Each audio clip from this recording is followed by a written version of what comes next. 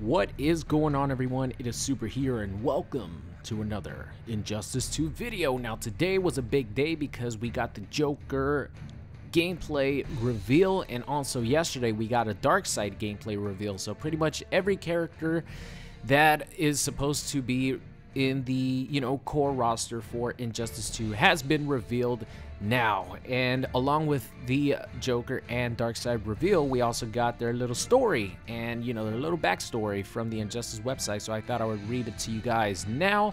First one comes from Darkseid, and his quote is, "Why should Darkseid fear you?" Darkseid is incredibly strong. He could probably just annihilate everyone on this list except for Soups. Soups is too OP. But here we go. His little backstory is: a being of pure hate incarnate, the Lord of Apocalypse Darkseid demands the total subjugation of all existence.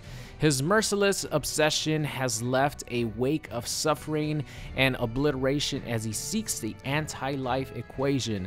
With his invincible body, limitless strength, army of parademons, and the annihilating power of his Omega beams, which they look awesome in Injustice 2, by the way, make him not only a threat to this world, but to every world within reach. So there you guys have it. Darkseid, pretty much just like defining Darkseid, or giving him like it's not really a backstory. Like the other backstories were a little bit more significant because they're going to be actually a part of the story mode. But Darkseid and it looks like the Joker are not really going to be relevant to the story, but it's still like fucking Darkseid looks absolutely amazing. I definitely noticed that he takes a lot of similarities from Zod from the first Injustice game, up until his even his pose, like his in-game pose. He has his hands behind his back, disrespecting the opponent.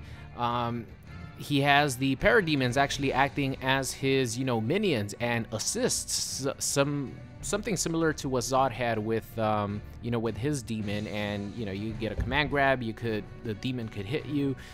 Very, very reminiscent to Zod's playstyle. And of course, his Omega beams look insane. They look really cool. I can't wait to get like actual in-depth gameplay breakdown to see what the extent of his beams, his Omega beams, are, because his super actually tracks you, which is crazy. So if he shoots out the Omega beams and you try to avoid him by jumping, they're actually going to track you. So you have to block that super if you actually want to not get hit by them. All right, so that is Darkseid right there. Moving on, here's the Joker.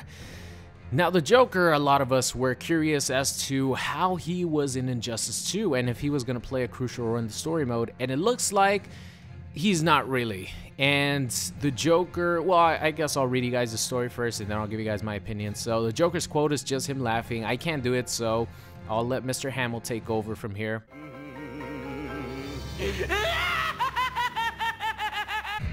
All right, there you guys have it. That's a nice little quote for you guys. So here we go.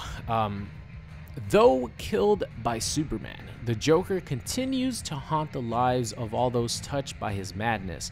By destroying Metropolis, he set the events in motion, which made enemies of Superman and Batman. If he were alive to see this chaos he'd created, he would surely be smiling. So the Joker in Injustice 2 isn't really alive. Like, sort of like the same thing with like Scarecrow, where you're not really fighting a monster. You know what I mean? You're fighting Jonathan Crane, but the reason that the opponent and we see a monster is because it's assumed that like the battle is going on under the influence of this fear toxin. That's why the opponent sees Scarecrow the way he sees Scarecrow, as this, monster.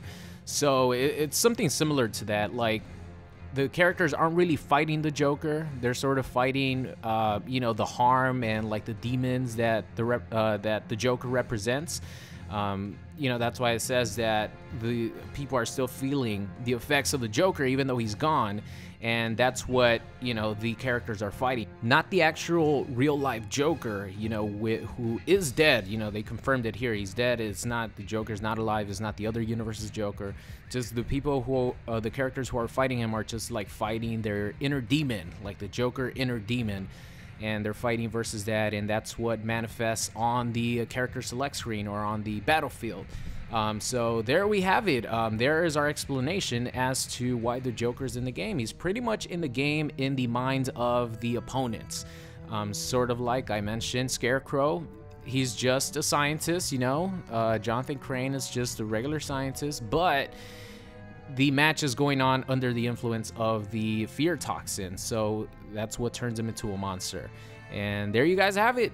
Darkseid and the Joker stories. I hope you guys enjoyed it. Let me know in the comments section what you guys think, and I'll see you guys next time. What's going on, guys? It's Super here. I hope you enjoyed today's video. If you did, make sure you guys subscribe or check out any of these videos linked at the top. Thank you, and I'll see you guys next time.